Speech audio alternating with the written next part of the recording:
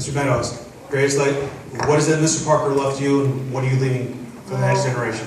I'm a lawyer, so you say the legacy, I think, wills and bequeaths and things like that. What he helped me learn an art that has survived him and will survive me. And I think that I hear a lot of talk of what he said in the test. I agree with it, but Mr. Parker is the only thing I recognize the name of the technique. It's like there's a picture and there's an artist, and there's different pictures, different artists, but there's a right way and a wrong way. So no matter how you do it, there's still a right way and a wrong way, and I think that's what Mr. Edler was talking about.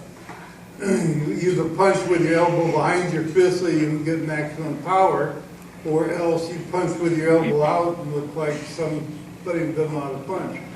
But that's kind of the point. There's an art, and he taught it, and I learned it, and I will never forget it. And I hope we all are in the same position as that. Mr. Furuya? You only have 2 minutes. Oh, 2 minutes. I'll look at that. Okay. I just want to comment on one thing as well, is the fact that it's the angle of execution and all that. I remember the one demo in which there was a bicep attack, and I understand the story behind it was the fact that Mr. Parker said, okay, once you do a right punch, once you do a left punch, I want you to do this, I want you to do this, in that order, and after a while, it got mixed up. Right? Okay? It didn't matter. It didn't matter. Okay, I think the guy, who was the guy with the bald head? He got in the wrong time. And then Parker looked at him and he went down on the ground again. Johnny Walker. So it was a matter of really knuckle to face. Anyway, but I will differ on one thing as well.